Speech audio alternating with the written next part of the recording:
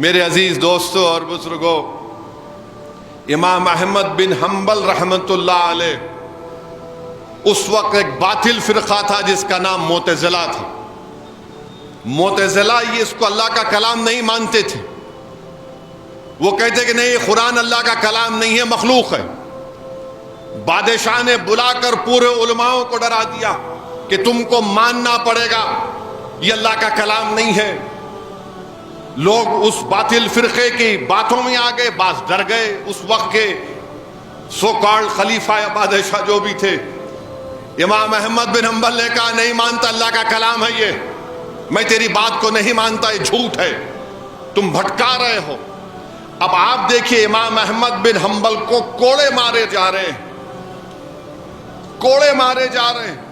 اور مجھے مرحوم قائد سالار ملت کی تقریر کا جملہ یاد آتا ہے کہ قائد نے کہا تھا کہ جب امام احمد بن حنبل پر کوڑے برسائے جا رہے تھے، اگر وہ ایک کوڑا کسی اونٹ کی پیٹھ پر مارا جاتا تو اونٹ چیخ مار کر بھاگ جاتا۔ امام احمد بن حنبل کے پیٹھ پر کوڑے مارے جا رہے ہیں۔ یہ بادشاہ کے جو اس وقت کے چپراسی بولیے یا تبلچی بولیے، بولے کہ دیکھو امام احمد بن حنبل، تم یہاں پر جیل میں ہو، کوڑے برسائے جا رہے ہیں اور آپ لوگوں کو پڑھا نہیں سک رہے ہیں۔ اگر آپ اس بات کو مان لیں گے تو آپ کے جتنے طلباء آپ کے جو آپ سے علم سیکھتے ہیں وہ آپ سے فیض یاب ہوں گے۔ امام احمد بن حنبل نے مسکرا کر کہا ذرا باہر جھانک کر دیکھو، تم جس جیل میں مجھے رکھ کر کوڑے مار رہے ہو، باہر جھانک کر دیکھو، دیکھو کیا ہو رہا ہے۔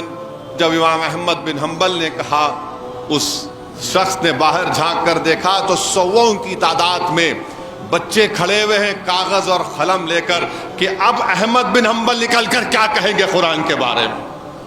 تو امام احمد بن حنبل نے کہا کہ دیکھا تم نے، اگر میں نکل کر تمہاری اس غلط بات کی تائید کر دوں گا تو ان کا ایمان ختم ہو جائے گا۔ میں اپنے جسم پر تکلیف برداشت کرنے کو تیار ہوں، مگر کسی کا ایمان برباد ہوتے نہیں دیکھ سکتا میں۔ امام احمد بن حنبل پر جب کوڑے برسائے جاتے تھے تو پہلے کوڑے پر علماء کرام نے لکھا کہ امام احمد بن حنبل نے کہا بسم اللہ۔ جب دوسرا کوڑا پڑتا تو ولا حول ولا قوت الا باللہ بولتے۔ جب تیسرا کوڑا پڑتا تو امام احمد حنبل بولتے کہ قرآن اللہ کا کلام ہے، مخلوق نہیں ہے، اللہ کا کلام ہے۔ پھر بادشاہ بولتا اور زور سے مارو، تو امام احمد بن حنبل کی زبان سے قرآن کی آیات نکلتی کہ جو اللہ قرآن میں فرمائے کہ جو کچھ تم کو تکلیف پہنچتی وہ میں نے تمہاری لکھ دی ہے۔ میرے بھائی، یہ ایمان ہم کو اس طرح ملا، وہ باطل فرقہ معتزلہ ختم ہو گیا۔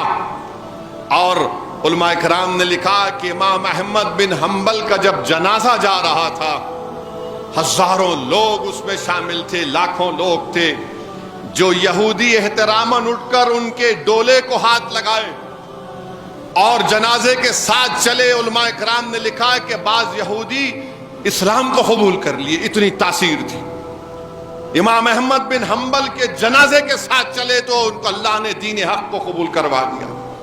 اور علماء کرام نے لکھا کہ امام احمد بن حنبل جو تکالیف قرآن کریم کی عظمت کے لیے، اللہ کے کلام کے لیے اٹھائی، خواب میں دیکھا اور پوچھا اے احمد بن حنبل کیا سلوک ہوا تم سے؟